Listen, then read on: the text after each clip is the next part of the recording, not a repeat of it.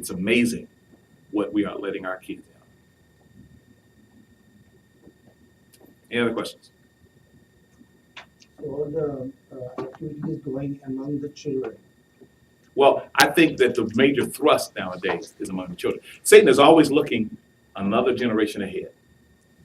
He's always saying, think of the bombardment about 15, 20 years ago with homosexuality. Why? Because they wanted kids to find that it was humorous and it was acceptable and it was normal. And now there's more homosexuals starting in the ranks at 12 and 15 years old than ever before. James Dobson has a magazine that he puts out every month, and from Focus on the Family. And in one article about 8 years ago, he said that when a church was trying its best to stop gay marriage or gay activity and gay teaching and all that kind of stuff, the homosexuals by the thousand, church only had 150 members, by the thousand showed up, picketed around the church about homophobic and calling them names. People driving up to church, they beat on their cars, broke their windshield. Police didn't do a thing. Police were called, didn't do anything. And as they were trying to go into church, they were snatching their children and saying, give us your children. Your children's one that we want. You give us your children, we'll leave you alone. We want your children. And one woman said, why do you want my children? And she said, why else would I want your child? Why else would I want your child? Called her a fool. The doors are open. And we let all this junk in.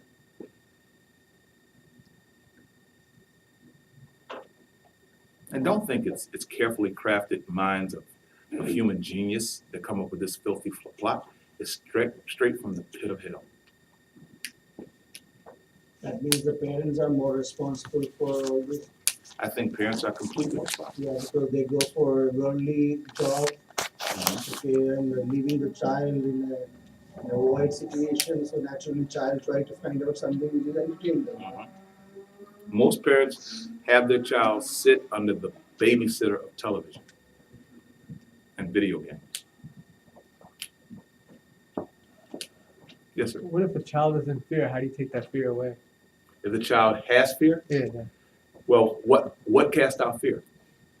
Perfect love. Jesus' perfect love.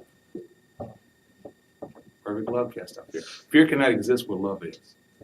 God has not given us a spirit of fear, but of love, power, and sound mind. Love.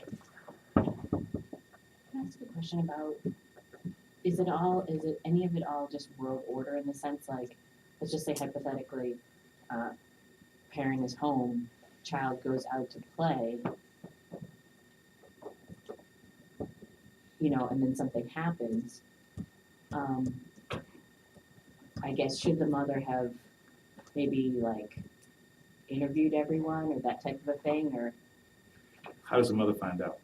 not years later? I mean, these Oh, are not oh. things that like. Oh, you're not saying immediately. No, I'm talking about later on. If it's possible to interview, but I'll be honest with you. Sometimes the first thing that Satan does is cause the kid to repress the memory. The damage has been done. The impact has been made. That's what happened with John. Repressed memory. And it wasn't until, 5-6 months of pure grilling and probing that I finally got to it. The kids are encouraged to push it back. Like in that scenario, or just like, because this happens, Christian family, Mm-hmm. parents love the Lord, Mhm. and try to have that safety, try to have even safeguards set up, like, I don't let my child sleep over someone's house because whatever. But then, in this situation, it was odd because it was in the church, but like, you know what I mean? Like, do you feel like at that point, like, I don't know if I'd say, to me, even though I don't like fully understand, I don't know that I'd say that's a parent because. That's not the They're parent's not. fault. Okay. 'Cause That's not the parent's fault. And I'm telling you that, okay, I should be clearer. I'm just about the things that happen in the home that could have influenced this. There are things that happen, and we're talking about a situation of a young man we know who was sexually abused in church. Brethren assembly, and some wicked person pulled him and another 6-year-old boy into a dark closet, stood by the door and said, you can perform oral sex on me every time I want you to. If you don't, I'm going to drag you in here in a dark closet and leave you here. And this went on. And this young man struggled for years, not knowing he had repressed that memory. And only after pornography started to be a real prevailing problem in his life, and he not knowing why, and his parents not knowing why, because he has the most loving, godly parents I've ever known. And just through that probing, found out that he was sexually abused when he was a little boy, and so was this other kid, and they both had the same problems. Him and the little boy had moved out of the community, had the same problems. And we found out, I was able to pull it out of me, out of this repressed memory, and he was able to get help and get out of that foolishness and put some perspective back to his life, because he couldn't figure out why he had these inordinate sexual desires. And the hardest moments of my life was sitting down and telling his parents that he had been abused and how he was abused and when he was abused. And his mother said, she says, I remember that day clearly when it happened. She said, I know something happened to him. I don't know what happened to him, but my son was a different person from that day forward. And it wasn't his parents' fault.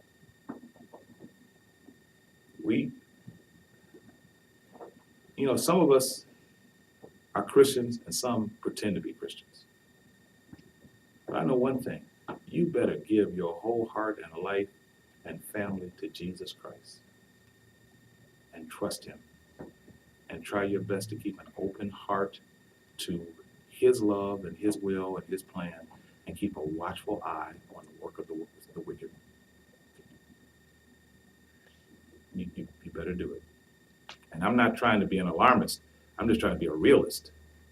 This world is wicked. The world is not your friend. It has never been. There was no good old days. It's just as wicked then as it is now. Paul talked about the iniquity of the mystery of iniquity already working 2,000 years ago. So you don't think that this generation is the worst impacted in all our generations? Sufficient for the day is the evil thereof. As much as they knew spiritually, as much as they were exposed to spiritually, and all the things of persecution and so on and so forth, for their day, the peak of wickedness is at the same as it is today. What we know, what advantages we have a Bible in front of us, and the mounting wickedness is sufficient for the day for us to deal with it. So what they had, the wickedness was at its peak, but what we have, the wickedness at our peak. There is no temptation taking you, but such as is common to man. God is faithful and not suffering you to be tempted above that you're able, but with the temptation, also make a way to escape to be able to bear it. Whatever wickedness that could be given to those people that day was at its peak. Same thing here. 20 years from now, it'll be wickedness at its peak compared to what God's people are afforded or you allowed to use. It's just as wicked. Is the Bible clearly gives a specific instruction to the father and mother in a different way what they are to do in the family? I think the scripture is the same. I think that, philosophy time. We need dads to be dads. That's why I'm asking this. Yeah, dads to be dads. And we need to be able to discuss, what does that mean? Okay, one, I think that one of the ways to combat this problem is for men to talk. Okay, I know some things you don't. You know some things I don't. You have some experiences that will help me. Same here. But we have this arrogance and this pride and this selfishness that we've got it all together. And if I tell you I have problems, it shows weakness and you won't respect me anymore. But my life is at stake. My family's life is at stake. Women, y'all need to talk. And you know what? Somehow or otherwise, God has given love to the world. Satan has given gossip to women. Y'all got to learn how to stop doing that and stop holding people to the aura that they're going to be talked about. Okay? There's got to be more love involved instead of sharing of painful or otherwise damaging information.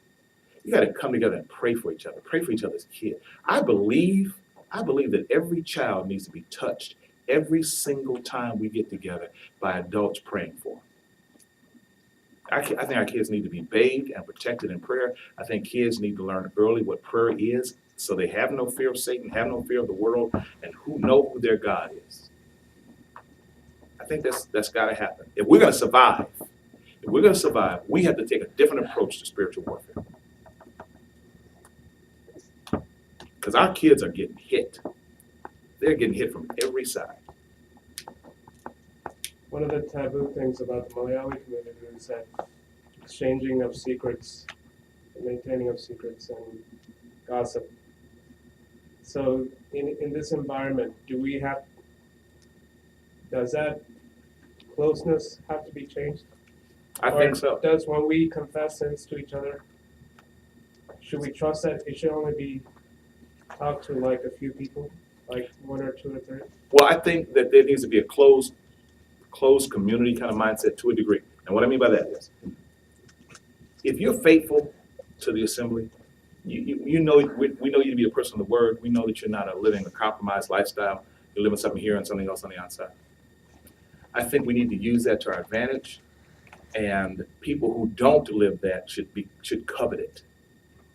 That our kids are stronger in the word, doing better in school, better moral lifestyle, respectful to parents, always at church. And there ought to be a stark, noticeable difference because we've decided to be a covenant community.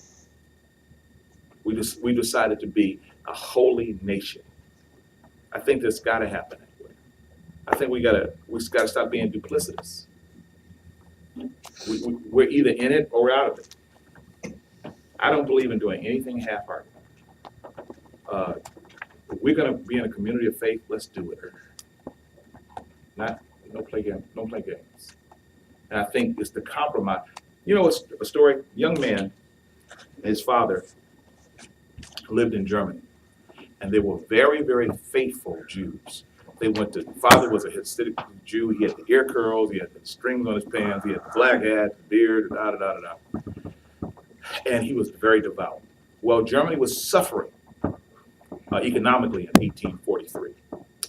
And his father moved to England because England was being more prosperous. Well, a young man who was raised with the yarmulke on his head and the special kind of pants and the dark clothes, father says, come on, it's time to go. He said, well, where are we going, Papa? He said, we're going to church. He said, church? Today is Sunday. He said, yeah, go to church. He said, well, we don't go to church, we go to synagogue. And why didn't we go yesterday? He said, we go to church. And so they went to a Methodist church. And the boy listened to things about Jews and the Jewish religion that he didn't like because as Christians, talk about the Jews being wrong and that kind of thing. And after a month and a half, he said, Papa, I don't want to go to that church anymore. He said, why do we even go there? He said, well, son, in England, good businessmen go to Methodist churches. They don't go to churches. They don't go to synagogue. And for business, and for us to do well in business, I need to know who my customers are. I need to be part of their community. So we're not going to yeshiva. We're not going to synagogue anymore. And the boy says, I don't want to go anywhere. And the father says, no, you need to go somewhere. He said, I'll go inside my mind. You know where that person was? Karl Marx, the father of communism. Devout atheist, because his father compromised. Now, I'm not saying he should have been a Jew. I'm just saying that his father, he lost respect for his father, and we lost respect for his father. Something else came in.